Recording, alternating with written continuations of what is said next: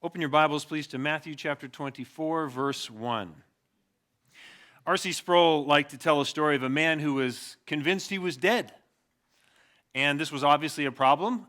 His family had a really hard time with this. They were constantly trying to convince their husband, his wife was trying to convince him, and his kids were trying to convince him that he wasn't dead, that he was, in fact, still alive, but he wouldn't be persuaded. And so finally, in desperation, they took him to a psychiatrist. And this psychiatrist, man, he tried everything. Well, finally, the psychiatrist thought, if I can convince this man of even just one fact that contradicts his belief that he's dead, that should cure him. And so what he did was he decided to use the simple truth that dead men don't bleed to convince this man that he was still alive. And so he gave the man some medical texts to read, and he let him observe some autopsies. He let him talk with embalmers. And finally, after several weeks, the man came to the psychiatrist and he said, okay, all right, you have convinced me. Dead men do not bleed. And as quick as a flash, that psychiatrist pulled out a needle and stabbed the man in the arm. And what do you think happened? The man started to bleed. The blood flowed. The man looked down at his arm with a shocked expression on his face, and he said, "Good grief, dead men do bleed after all." Why am I telling you this story as we start out today? Well, R.C. Sproul liked to tell it because it illustrated well how many of us can make up our minds that we won't be convinced about something no matter what evidence we're shown. And I'm telling you because there might be no other chapter in the Bible that's as controversial and as wrapped up in cherished belief as chapter 24 of Matthew's Gospel. D.A. Carson has said, there's probably not a single text in the Bible that spawned more interpretations and controversy than Matthew chapter 24. So aren't you excited? So many of you have probably grown up in line with one tradition or another when it comes to understanding this chapter, even without even consciously realizing it. Whether you know it or not, you probably already hold to one interpretational tradition or another in regards to what's in this chapter. And any challenge to what you've grown up with, as with many things in the Bible, may cause you, I'm warning you now, it may cause you to cross your arms and shake your head and simply refuse to consider any other options, no matter what evidence you're shown. And so, assuming that's the case for at least some of you in this room, my appeal to you this morning and in the weeks to come, as we work through this chapter, is this. Try to give this passage a fair hearing. Try to give it a fair hearing. Try your best to keep yourself from prejudging what you think it says just because that's how you've maybe always heard it taught before in the past, or at least try to hold loosely to those traditions. Because while sometimes our traditions really can be a true and accurate reflection of careful exegesis, at other times our traditions can mislead us. Sometimes there are things we end up believing not because we've walked through a passage and studied it carefully, but simply because someone we look up to and trust has told us what something means, and we've just trusted them. That happens all the time. And so I'm not saying you have to chuck what you've believed all your life about the things we encounter in this chapter in the weeks to come, but what I am asking is that you try with me to hear chapter 24 of Matthew as fairly and as best as we can in the way the disciples might have heard it for the first time, those who read it might have read it for the first time, and to not just assume it means what we want it to mean from the start, okay? And as for me, as I teach through this difficult chapter, I want to echo the words of one commentator I read this week who said this. He wrote, "When I suggest possible ways to understand this text, I am not standing on Mount Olympus giving a decree that has final authority." He says, "I have wrestled with this passage for many years, and some of the views I have taken have had to give way to correction and change along the way. So I am not yet at the place where I am certain I can dogmatically declare the proper interpretation of this portion of sacred Scripture. And so, please struggle along with me as we seek to discern the mind of our God on these matters. Okay? Well, so let's pick up where we left off. If you recall, we left off our study of Matthew's Gospel at the end of chapter 23 with Jesus leaving the temple. The last and most solemn denunciation of Jerusalem had been uttered, writes Alfred Edersheim. The last and most terrible prediction of judgment upon the temple had been spoken, and Jesus was suiting the action to the word. It was as if he had cast the dust off his shoes against the house that was to be left desolate, and so he quitted forever the temple and them that held office in it, he writes. And as we said the last time we were in Matthew's Gospel, that leaving was summed up bluntly, with blunt finality, in verse 1 of our text today. Jesus left the temple. But Matthew's account of Christ's leaving the temple doesn't stop there. Jesus left the temple, he writes, and was going away. Why the repetition? It's a little like saying he shut the door and was closing it behind him.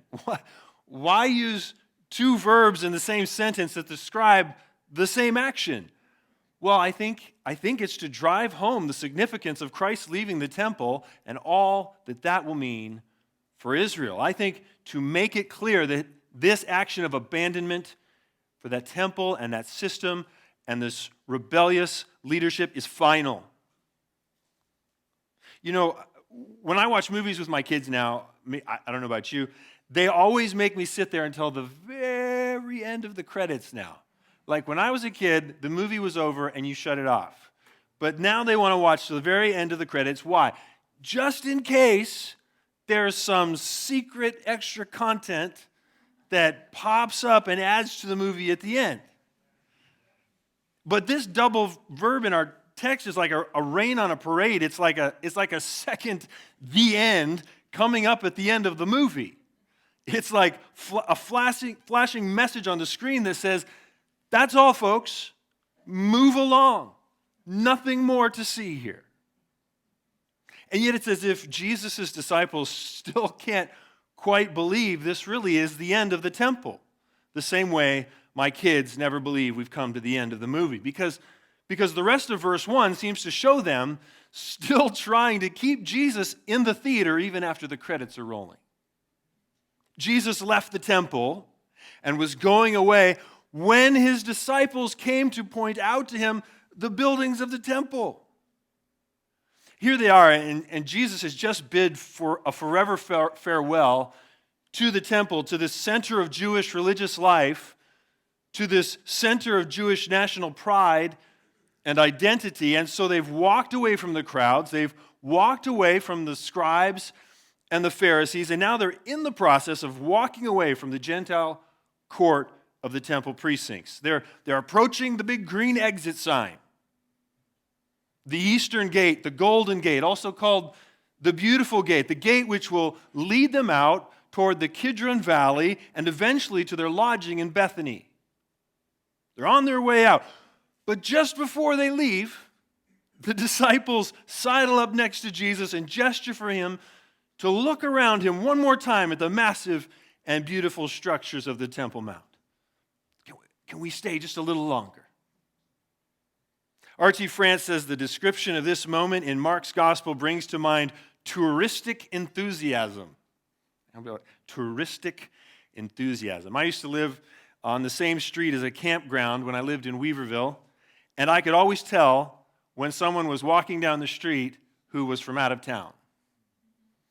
Why? Well, because what for me was everyday beauty, I mean, it was still beautiful, but I didn't give it much notice, was for them the kind of scenery that made them stop and point and take pictures like every 5 steps.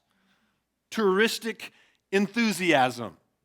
And the same was true for these disciples. For these country bumpkins from Galilee, these structures never ceased to amaze. Mark's gospel records the actual words one of the disciples spoke to Jesus as they pointed all around them. "Look, teacher, what wonderful stones and what wonderful buildings." After the first temple was destroyed by the Babylonians in 586 BC, a second version had been rebuilt that was known as Zerubbabel's temple, after one of the men who had led the construction efforts. More than 500 years later, in 20 BC, Herod the Great partially dismantled that temple and enlarged it. A court for the Gentiles was added to that temple, doubling the size of the temple plateau to make space for it by artificially leveling the mountain until it was nearly 1,000 feet long by 1,000 feet wide and paved in tessellated marble. Then the temple itself was reinforced and raised to the height of a 15-story building. It was so impressive that there was a rabbinic saying which said, "He who has not seen the temple of Herod has never seen a beautiful building." About this same temple, the first century historian Josephus gushed, "The exterior of the building wanted nothing that could astound either mind or eye. For, being covered on all sides with massive plates of gold, the sun was no sooner up than it radiated so fiery a flash that persons straining to look at it were compelled to avert their eyes, as from the solar rays," he writes. "To approaching strangers, it appeared from a distance like a snow-clad mountain, for all that was not overlaid with gold was of purest white." It must have been beautiful. His disciples came to point out to him the buildings of the temple. "Look, teacher, what wonderful stones and what wonderful buildings." But haven't they been listening to Jesus? I mean, I think we can all understand them being impressed. I'd be impressed.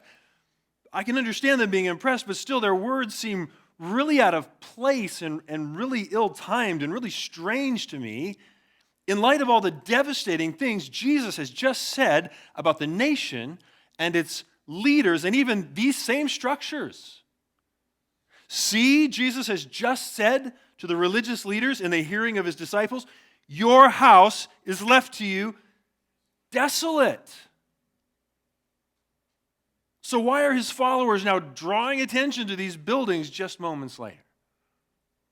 Maybe they're just trying to lighten the gloomy mood the way one of my sons does when he overhears me having a heavy conversation. He comes in and he tries to talk about anything without even thinking about it sometimes. Maybe, as some people think, they're just trying to make conversation in an awkward silence. I think they're saying what they're saying because they really don't believe anything could actually happen to those buildings. Think about it. These men have never seen, they've never lived with anything else in their lives that's as massive or as permanent as those stone structures. One commentator points out that the huge Herodian blocks, which visitors to Jerusalem to this day can still admire, the largest of which is over 5 meters long, are part of the temple's substructure, not the buildings themselves. But even today you can go and see these huge rocks. He then cites Josephus again, who claims that the stones used in the temple buildings themselves, not the substructure, but the temple themselves, some of those stones were 12 meters long, he says, and elsewhere even speaks of some measuring more than 20 meters long. For those of you who can't think in metric, 1 meter is about 3¼ feet long. So we're talking about individual stone blocks, some measuring anywhere from 16½ feet long to up to 65½ feet long, many of which are covered in rich ornamentation in gold.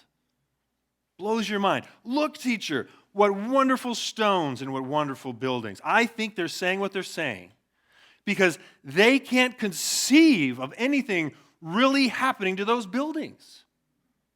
And they don't, if they're honest, they don't want anything to happen to those buildings. It's unthinkable because their whole nation and their whole identity and religion, their very lives have been anchored to those buildings and what they represent for centuries.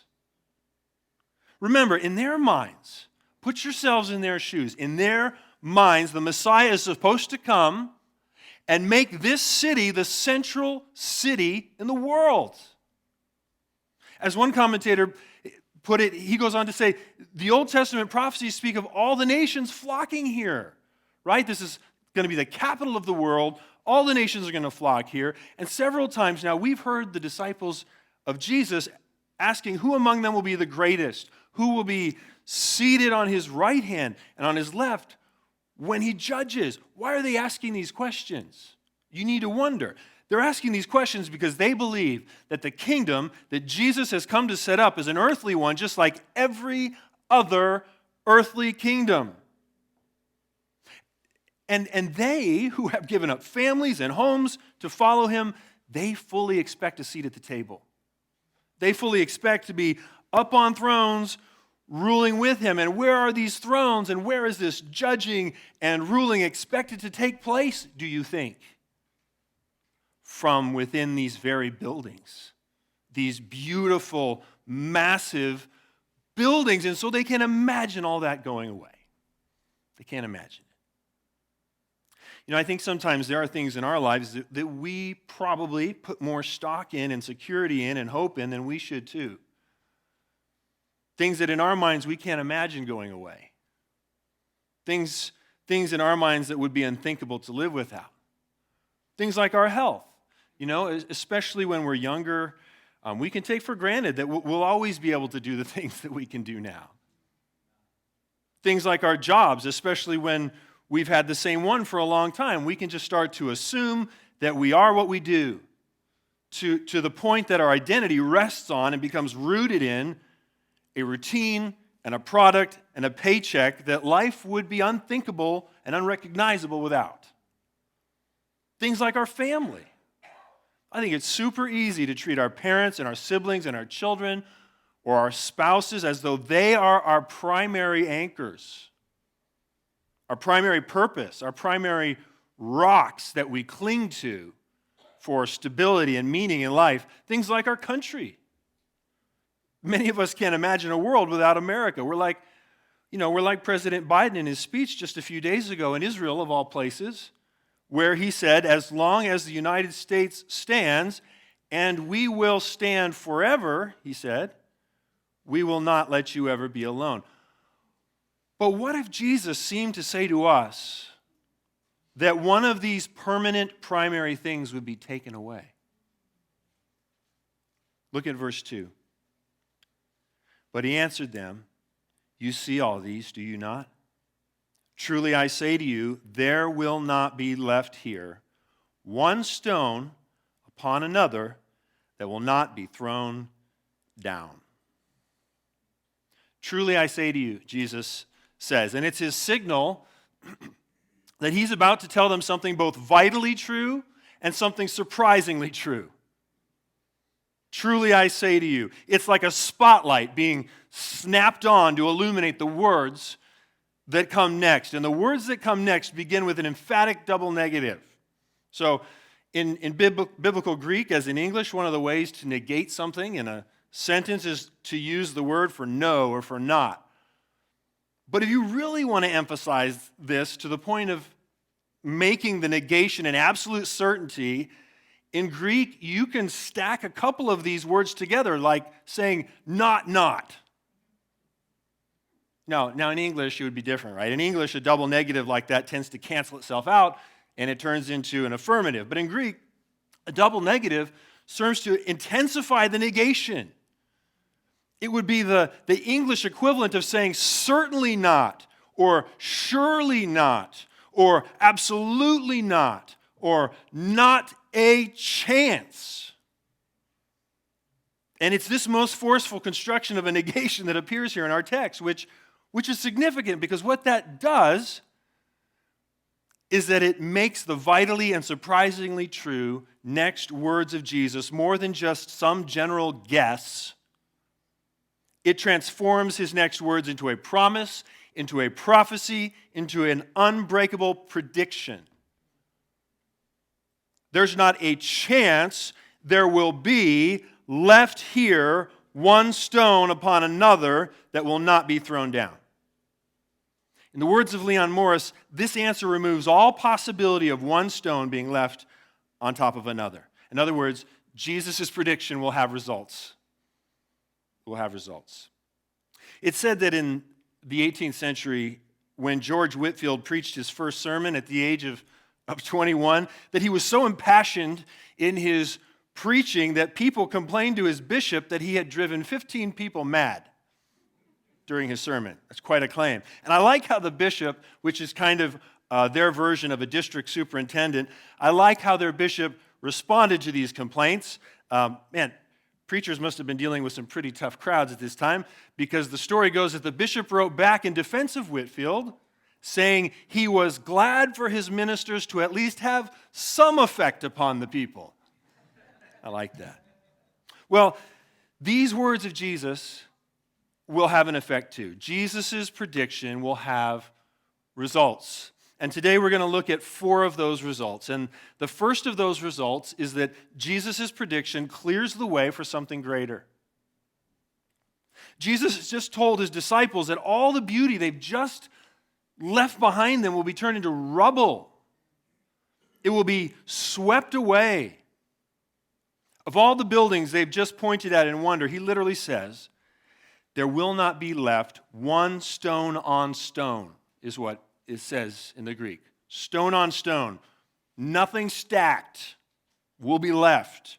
They'll all be demolished. When it comes to the oldest of those stones, or the most beautiful of those stones, or even the most massive of those stones, not one will remain stacked up in a way that forms the structures they see and depend on now. They'll all be thrown down. What an unexpected, shocking thing to say. One commentator describes these words of Jesus being like a bucket of cold water right in the face. So why does Jesus abandon this temple? Let's remind ourselves. Aside from the fulfillment of prophecy, why must its stones be thrown down? Well, remember, whenever God and the people of Israel looked at that temple, it was meant to be a constant reminder to both that only on the basis of atonement could communion exist between heaven and earth. It was meant to be a constant reminder of God's great name, of His character, a reminder of His holiness, but also of His mercy and of His justice, His love as well, proclaimed in all the rich pictures and words of the temple. The temple was meant to be a constant answer to the prayer of Solomon and a constant fulfillment of the prophecy of Isaiah, that all the peoples of the earth may know your name and fear you whenever they turned towards that house. Except now, what do God and what do the people see when they look at the temple? What do they see? What they see are the things of the world and not the things that point to God. What fills the temple now are not the sights of mercy and love, not the sounds of truth and praise, but the sights and sounds of any other place on earth, the sights and sounds of a fallen and corrupt world. The sights and sounds of greed and injustice and sin. What's filled up the temple are the ways of the world, not the ways of God. And the ways of the world always obscure. They always hide a view of God. And so, friends, we need to learn from this so that we won't be shocked if something similar happens to us. Because listen, if Jesus is willing to tear down God's own temple when it gets in the way of His people seeing God and coming to Him, we need to know that He won't hesitate to tear down other dear and beautiful things in our own lives if they get in the way of His people coming to Him either. Because He's a jealous God, the Bible says. Not in a bad way, not in a dysfunctional way, but in a just and holy way. Well, how is that? He is a jealous God for His people in the same way that a husband or a wife has a holy right to be jealous for a spouse. The way they have the right to demand that any other friends and any other family and any other job and any hobby or time commitment must take a back seat to them. Right? If you don't want to be in trouble, say right. He's a jealous God.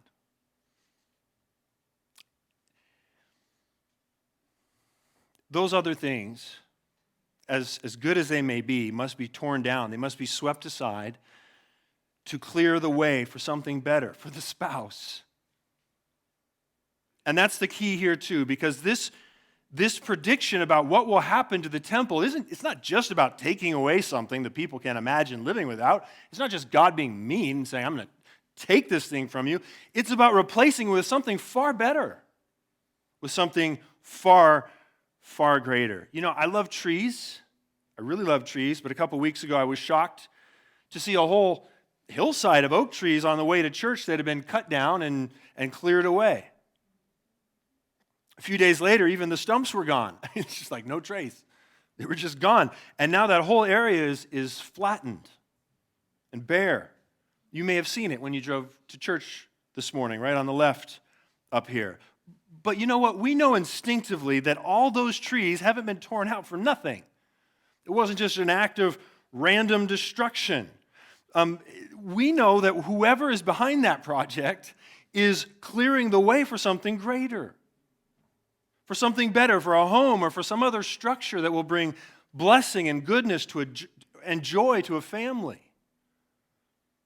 And this prediction of Jesus does the same thing. It clears the way for something better, for something greater. It remained, therefore, writes Calvin, that he should erect a new temple far more magnificent, and that he should produce a more flourishing condition of the kingdom, as had been foretold by the prophets, for he had nothing to do with that temple in which everything was opposed to him. The house, writes R.T. France, which is now being left deserted by God and by Jesus, is ripe for demolition to make way for something greater than the temple, a temple not made by hands to replace the one made by hands. What is that? What is that temple not made by hands? It's Jesus. It's his own body.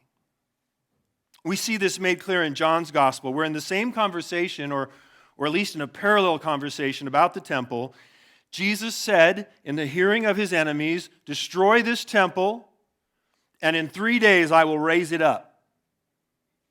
The Jews then said, "It has taken 46 years to build this temple, and will you raise it up in 3 days?"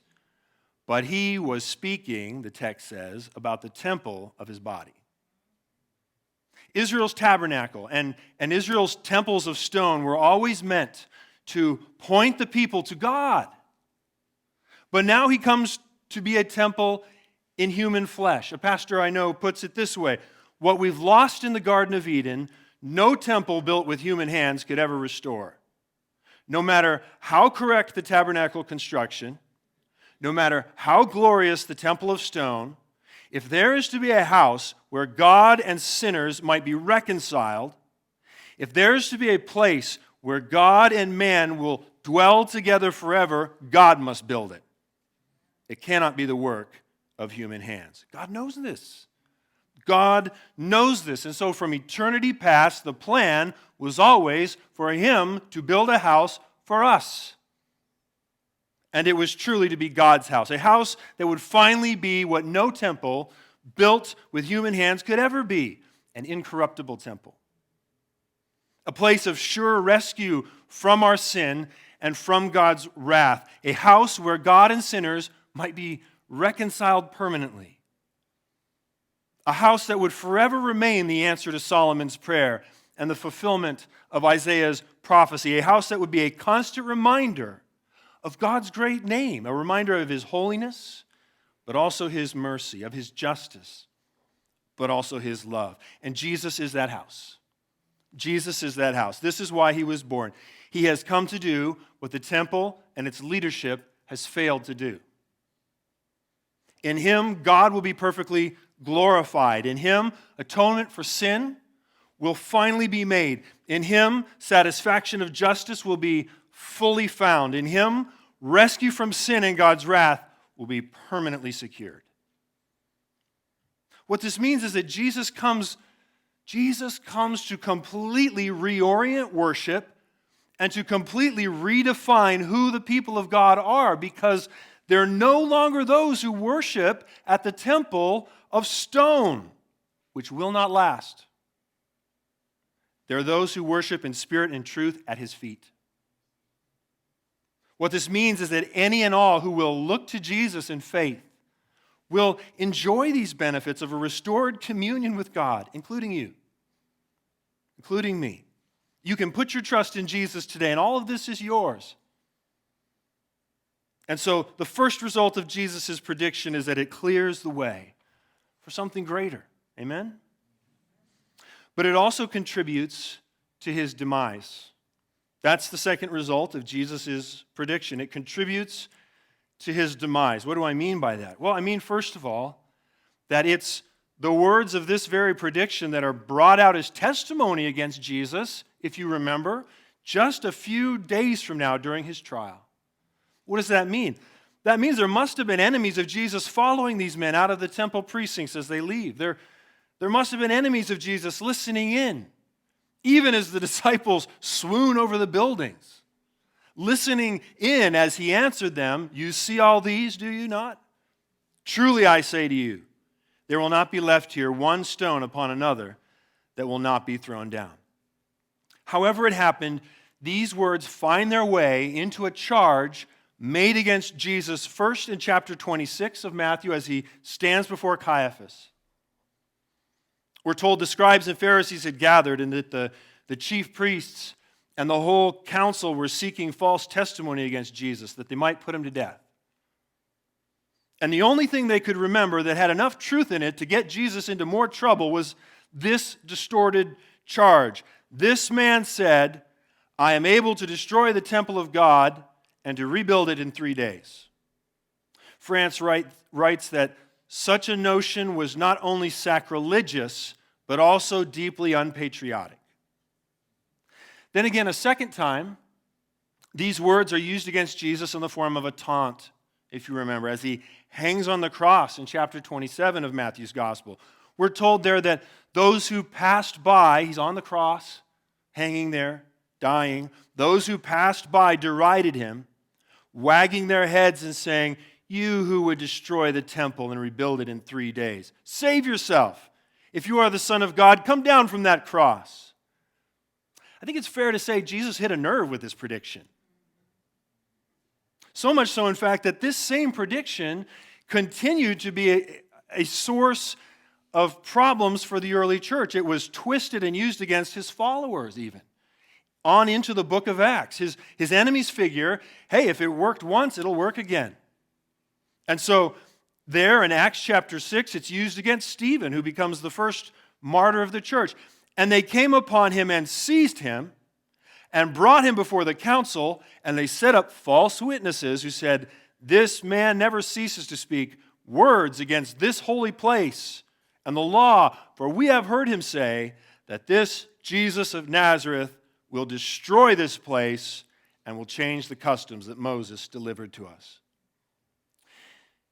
You know, it remains true today with many other things Jesus said, that words meant to clear the way for blessing for those who love him will be heard as words of judgment by those who hate him. Still happens today. And then those words will be twisted and used against Christ's people. It's happening all the time. I don't know if you've noticed. It's happening all around us. Jesus says in Matthew 19 about human beings that God created them from the beginning and made them male and female. Jesus says that, thereby affirming a clear gender binary set forth in Genesis and designed by God to bring order and beauty and blessing to the world. But the enemies of Jesus call these loving words bigotry when they're found on our lips or in our writings. We're accused of doing violence to those who would insist on limitless numbers of genders. Jesus says through Paul in 1 Corinthians 13 that love does not delight in evil, but what? Rejoices in the truth. And yet Christians are accused of hatred. They're accused of misgendering and dead-naming when they refuse to live by lies or tell their loved ones lies about themselves.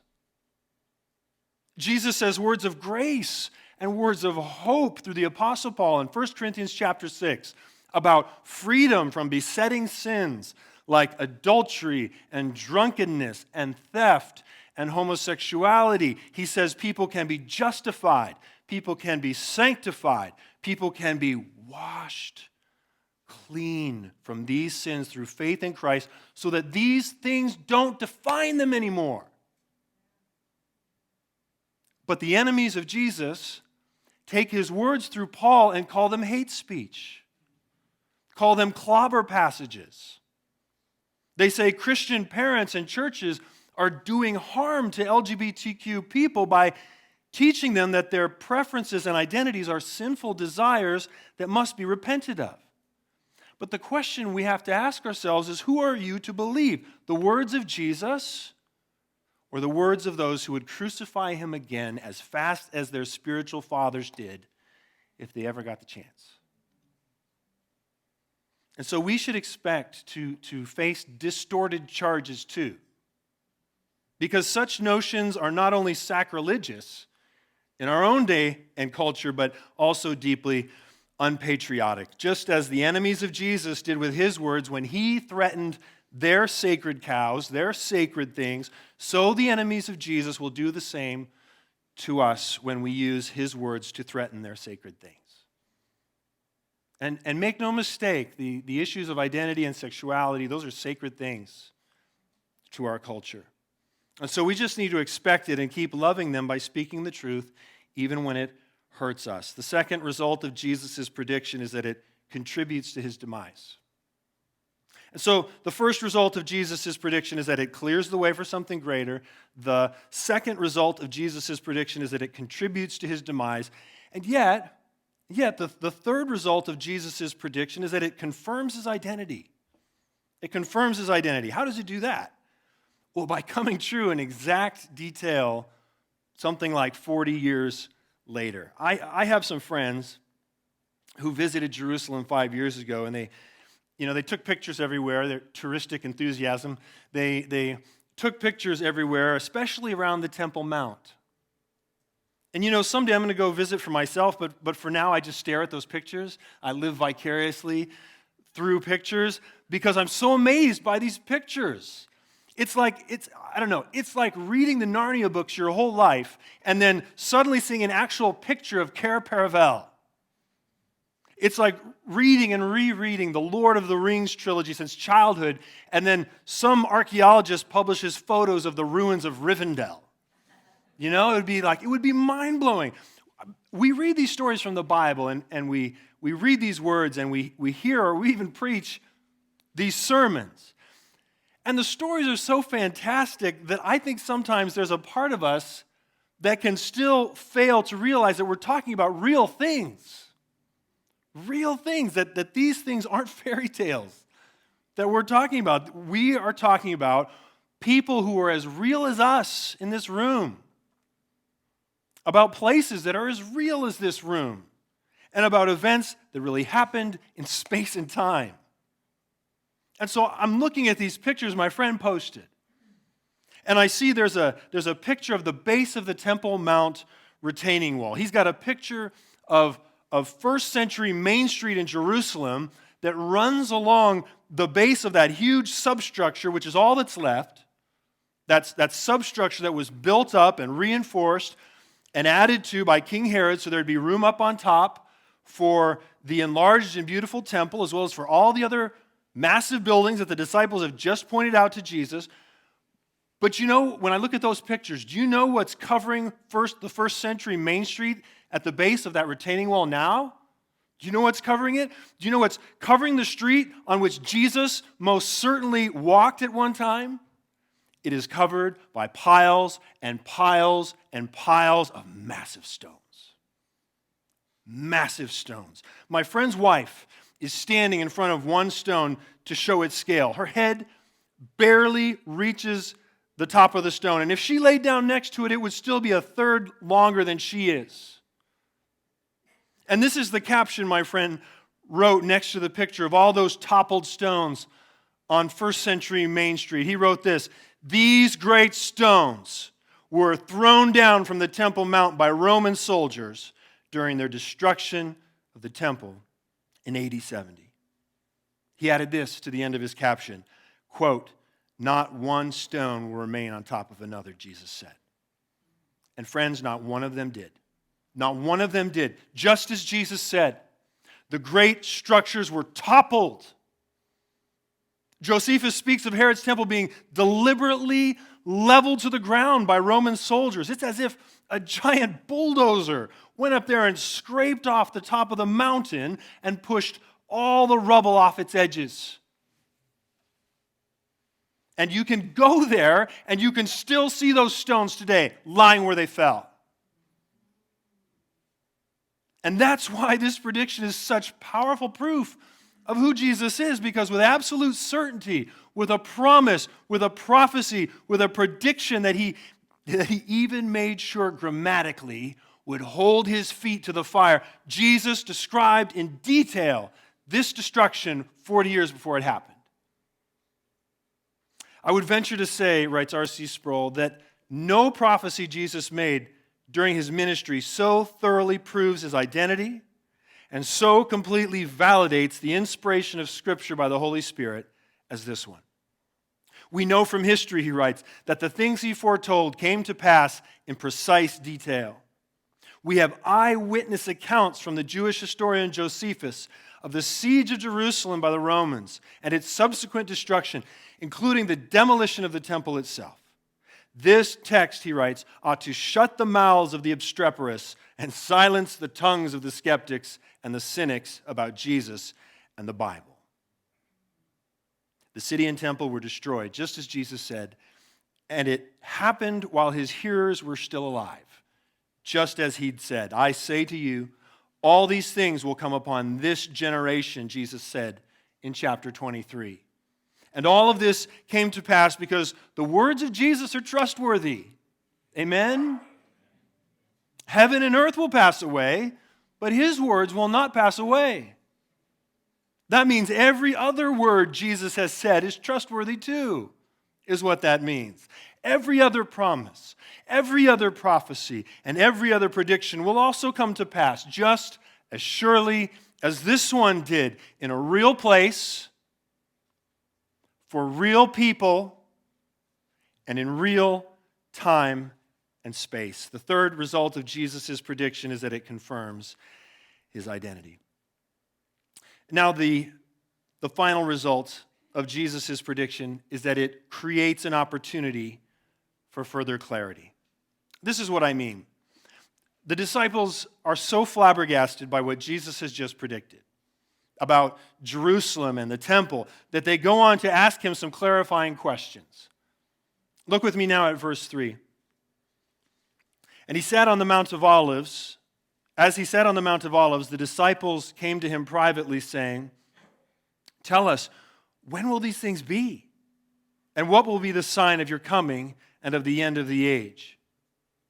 You know, as we said before, it's no coincidence, I don't think, that Matthew records Jesus leaving the temple like a devastating reenactment of Ezekiel's vision where, quote, "the glory of the Lord went out from the threshold of the house," as we read in Ezekiel 10:18. It's a devastating reenactment because the presence of the glory of God was used frequently in the Old Testament to describe God's favor and blessing towards his people. Favor and blessings like comfort and security and protection. It's a devastating reenactment because, according to Craig Keener, Jewish tradition held that God's presence departs from Israel or the sanctuary when their sin becomes unbearable. Well, neither is it a coincidence now, then, that after leaving the temple, Jesus also goes out the east gate and stops on the Mount of Olives. Because that's exactly what Ezekiel says the glory of the Lord also did in his vision after abandoning the temple as well. And the glory of the Lord went up from the midst of the city and stood on the mountain that is on the east side of the city, we read in Ezekiel 11:23. It's amazing. I think the meaning we're expected to get from this parallel is clear. Jesus is the glory of the Lord in human flesh that Ezekiel saw. Jesus is the embodied manifestation of the character of Yahweh. He is the image of the invisible God, God from God, light from light, very God of very God. And he has left the building. he has left the building. Jesus has left the temple, and now he sits down on the Mount of Olives. And as he sat on the Mount of Olives, our text says, the disciples came to him privately, saying, "Tell us, when will these things be? And what will be the sign of your coming and of the end of the age?" You know, I think we should be really grateful for the courage of the disciples here, or at least the courage of the four who are specifically named in Mark's gospel as the ones who come to Jesus at this point: Peter and James and John and Andrew, the text says. I think we should be grateful because there's been many other times when they were too afraid to ask Jesus questions. And I can't help but wonder sometimes what answers we may have missed out on as a result. In our staff devotions last Tuesday, I read a devotional on the words of Mark 9:2. They did not understand the saying and were afraid to ask him. I wonder, were they afraid when they heard the saying from our text today? Truly, I say to you, there will not be left here one stone upon another that will not be thrown down. I'm sure they must have been afraid. That sounds terrifying. But this time, I think we should be grateful that it doesn't stop them from asking questions. Because I think their questions create an opportunity for further clarification of Jesus' words in the next two chapters that is commonly called the Olivet Discourse. It's the last of Jesus' 5 great teaching moments in Matthew's gospel. Alfred Edersheim dramatically captures the scene as it might have unfolded beneath the sun that's now setting on Jerusalem. They had left the sanctuary and the city, he writes, had crossed Black Kidron and were slowly climbing the Mount of Olives. A sudden turn in the road and the sacred building was once more in full view. Just then, the western sun was pouring his golden beams on tops of marble cloisters and on the terraced courts and glittering on golden spikes on the roof of the holy place. In silence, they pursued their way. Upon the Mount of Olives, they sat down right over against the temple. Whether or not the others had gone farther, or Christ had sat apart with these four, Peter and James and John and Andrew, he writes, are named as those who now asked him further of what must have weighed so heavily on their hearts. He writes, it was not idle curiosity, although inquiry on such a matter, even merely for the sake of information, could scarcely have been blamed in a Jew, but it did concern them personally. For had not the Lord conjoined the desolateness of that house with his own absence? He had explained the former as meaning the ruin of the city and the utter destruction of the temple. But to his prediction of it had been added these words, "Ye shall not see me henceforth, till ye shall say, Blessed is he that cometh in the name of the Lord." In their view, he writes, this could only refer to his second coming and to the end of the world as connected with it. This explains the twofold question which the four now address to Christ. Tell us, when shall these things be, and what shall be the sign of thy coming and of the consummation of the age? These are the two questions, sometimes called the double question or the twofold question, that will guide and frame the rest of our study of chapter 24. We'll come back to these two questions again and again and again in the weeks to come. And so first, based on the context of what Jesus has just spoken of, the first question they ask has to do with the destruction of the temple. In other words, that destruction is the these things of verse 3. Tell us, when will these things be? And so that question is a when question. When will the destruction of the temple be? The second question is a what sign question. If you remember from our earlier studies in Matthew, the word used for sign in the text refers to something that authenticates or points to a reality beyond itself, like a sign, right? Like a billboard. Like a billboard next to the freeway will point to and prepare drivers for a reality that it stands for, like a gas station that's up ahead or the nearest McDonald's that's approaching. And so they also ask Jesus, what signal will alert us to your coming and of the close of the age? Now, what we're going to really need to do as we get into chapter 24 is carefully define all those terms as best as we can, the way the disciples would have understood them. What do they mean by your coming? And what do they mean by the close or the end of the age? And we'll talk about this a little more next week, but for now, briefly, it's important to point out that it's a special and it's a significant word used for coming here that the disciples use. It's a word that should really be translated differently in English, so it's not confused with another word for coming that also appears a bunch of times in chapter 24.